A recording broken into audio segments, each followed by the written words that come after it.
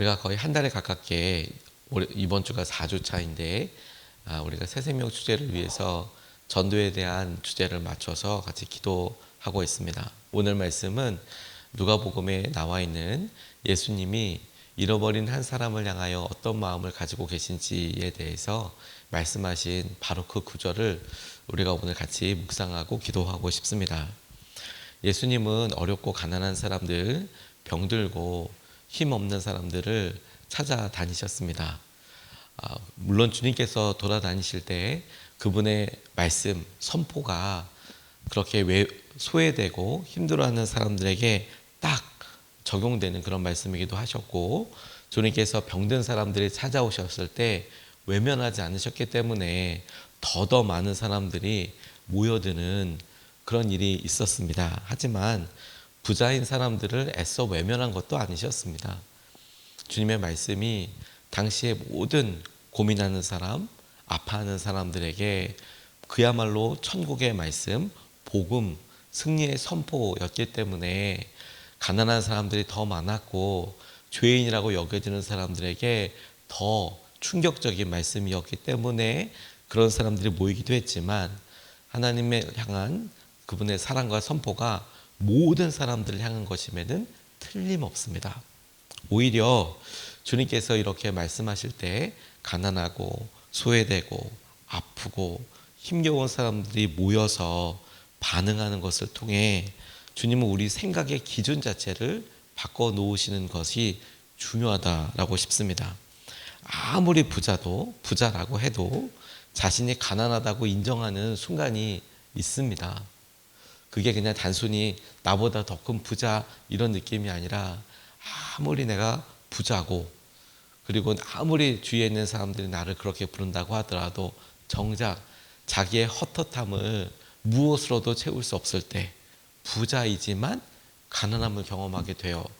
또 의인이어도 자신이 죄인이라고 고백하는 때가 있습니다.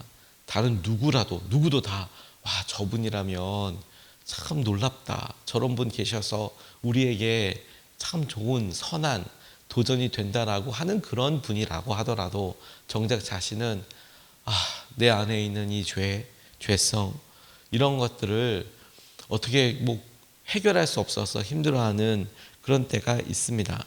주님은 우리를 바로 그렇게 찾아오세요. 그러니까 의인, 죄인 이렇게 나눠주는 기준도 절대적인 몇 명 이상 어떻게 어떤 일을 했을 때, 혹은 너의 돈이 얼마큼 이상이 있을 때, 이런 지표로 인한 게 아니라 주님께서 우리의 마음을 이렇게 지켜보시며 그 주님이 꼭 필요한 순간들을 오히려 말씀하시는 것이라고 적용해 보면 훨씬 더 우리에게 더 깊이 다가오는 말씀이 오늘 본문 말씀이라고 싶습니다. 한 영혼의 회개에 대해서 말씀하실 때 우리가 주목해야 될 단어가 있다고 싶어요. 오늘 7절 말씀을 보면, 내가 너희에게 말한다, 이와 같이 하늘에서는 회개할 필요가 없는 의인 99보다 회개하는 죄인 한 사람을 두고 더 기뻐할 것이다. 여기에 우리가 만약에 의인과 죄인이라는 단어에 집중한다면, 그러면 좀 마음에 혼돈이 있을 수 있습니다. 왜냐하면 의인과 죄인이란 말에만 집중을 하면 바로 따라오는 99명과 1명이라는 단어가 좀 걸림이 돼요. 무슨 말이냐면 99명과 1명의 차이를 모르시는 것은 아니죠. 1명이 더 귀합니까? 99명이 더 귀합니까? 99명이 훨씬 귀하죠. 이건 상식과 관련된 일이 아닙니다. 또 의인 99명이 얼마나 소중한지 모르시는 거냐? 아닙니다. 의인 99명이 이 땅에 얼마나 중요하고 또 그들을 통해서 이 땅에서 행해질 수 있는, 드러날 수 있는 일을 성경은 모르는 바가 아닙니다. 여기서 집중해야 될 단어는 뭐냐면 회개입니다. 회개. 의인과 죄인, 이걸 뭐라고 부르든지 간에 주님께서 이렇게 원하실 때 우리에게 주목하게 하시는 것은 그 앞에 있는 단어인 회개할 필요가 없는 의인. 근데 그 사람이 99명. 근데 회개하는 죄인. 근데 그 사람이 1명인 거예요. 성경의 기본적인 전제는 아무도 의인이 아니라는 거예요. 모두가 다 죄를 범하여서 하나님께 다가갈 수 없는 상태를 성경은 기반으로 하고 있죠. 그러니까 다시 말해서 여기서 의인, 죄인이라는 단어보다 더 주목해야 될 것이 무엇이냐면 회개할 필요가 없다고 생각하는, 그리고 자신이 회개하고 있는 그런 사람, 이 사람을 주목하고 계시는 것이죠. 그러니까 성경이 우리에게 예수님께서 지금 하신 말을 통해서 주목하게 하는 것은 무엇이냐면 우리가 우리 스스로를 평가할 때 나는 죄가 없거나 혹은 회개할 만한 죄가 없어 라고 스스로 의인이라고 생각하는, 혹은 스스로 죄인이 아니라고 생각하는, 회개할 필요가 없는 99명보다 나는 지금 너무 큰 이런 죄를 해결할 방법이 없어, 그래서 이것을 회개해야만 해라고 생각하는 간절한 그 한 사람을 하나님께서 더 주목하신다라는 단어의 뜻이라고 싶어요. 단순히 99명보다 한 사람 당연히 아니고, 의인, 죄인 당연히 나누는 건 아니고, 회개할 필요가 없다고 생각하니 그럼 의인이겠네. 회개할 필요가 본인 스스로가 없다고 생각하니 의인인 그 99명보다 내가 회개하고 주님을 찾아야 하는 간절한 변화 앞에 서 있는 그 한 사람, 그 사람은 죄인이겠네. 그 한 사람을 주님께서 주목하시고 이끌어 주시는 거예요. 저는 이런 마음이 영적인 상태에도 그대로 있다라고 싶어요. 회개할 필요가 있나 없나라는 것은 하나님 앞에 우리가 얼마나 겸손한 마음으로 있느냐, 얼마나 겸손한 마음인 것 자체냐를 드러내는 중요한 순간이기 때문에 그렇습니다. 실제로 우리가 회개의 마음이 임하고 주님께서 우리의 마음을 다루실 때 주님 앞에 겸손해진 사람, 우리의 적나라한 모습을 깨닫게 된 사람은 얼마나 통곡하면서 회개하게 됩니까? 근데 그 사람을 우리 주위에서 굳이 평가한다면 그 사람이 믿음 생활을 안 했기 때문에, 혹은 그 사람이 어떤 큰 죄가 있기 때문에 많이 아닌 것을 우리가 잘 알고 있죠. 주님의 은혜 때문이죠. 사실 은혜 때문에. 그 은혜에 우리가 얼마나 지금 현재로 반응하고 있는지가 중요한 것이지요. 18세기 프리드리 2세가 베를린의 한 감옥을 방문했을 때 이야기라고 합니다. 그 감옥에 죄수들이 하나같이 이 왕이 왔으니까 자기는 죄가 없다고, 아무 죄도 짓지 않는데 억울하다고, 이런 억울함을 호소하면서 계속해서 왕에게 이야기했답니다. 나 좀 끌어내달라고, 나는 죄가 없다고. 사실 거짓말이죠. 근데 한쪽 구석에 아무 말도 하지 않고 고개를 푹 숙인 그런 죄수가 있어서 이 프리드리 2세가 물어봤답니다. 그대는 어떻게 이곳에 들어왔는가? 그랬더니 폐하, 저는 잔인한 강도질을 해서 이곳에 들어왔습니다. 그랬더니 왕이 다시 물었답니다. 그대가 저지른 죄가 죽을 죄에 해당된다는 것을 알고 있는가? 네, 폐하, 저 같은 죄인은 죽어 마땅한 줄로 알고 있습니다. 이렇게 죄수가 아무런 변명 없이 자신의 죄를 진실하게 인정하더라는 거예요. 그랬더니 왕이 간수에게 명령을 했답니다. 이 죄인을 내보내도록 해라. 어떻게 이렇게 죄 많은 사람을 죄 없는 사람들과 함께 두어 의인들을 물들리게 놔둘 수가 있느냐. 오히려 거꾸로 이렇게 이야기했다는 거예요.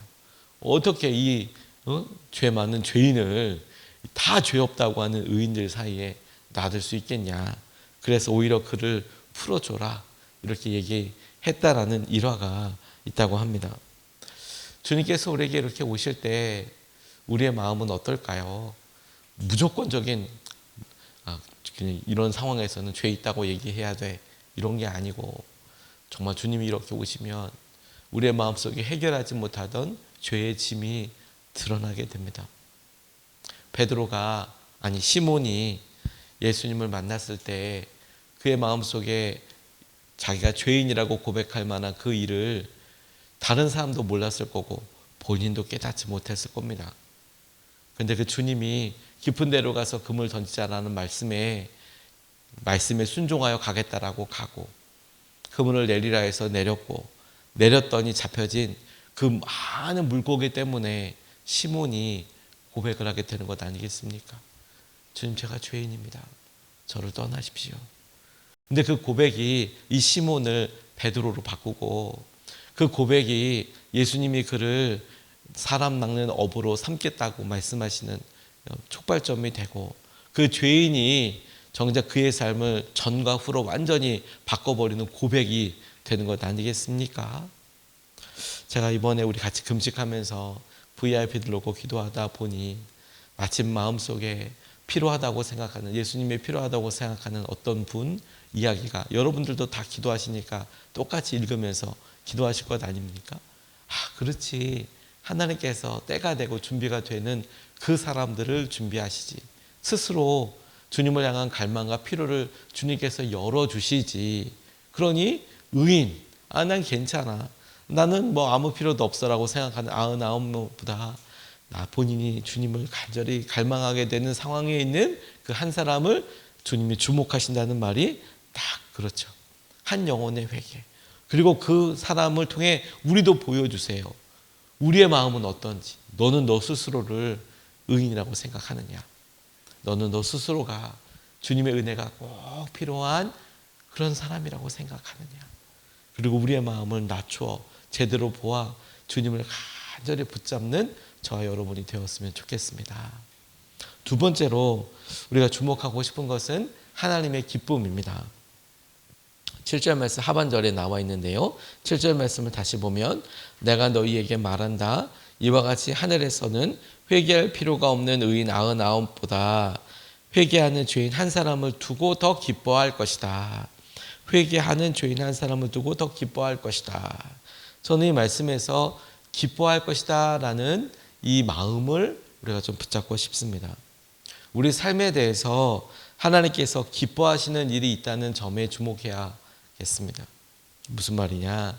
하나님은 우리를 지켜보시는 분일 뿐만 아니라 그 지켜보시는 그 내용, 다시 말해 우리들이 어떻게 결정하고 우리들이 어떠한 삶을 살고 있느냐, 우리들의 삶을 보시고 그리고 그 삶을 주님께서 보시는 것을 통해 때로는 걱정하기도 하시고 또 어떤 것에는 기뻐하시고 또 어떤 일에는 분노하시며 또 어떤 일에는 슬퍼하기도 하신다라는 사실을 오늘 우리가 꼭 명심해야겠습니다.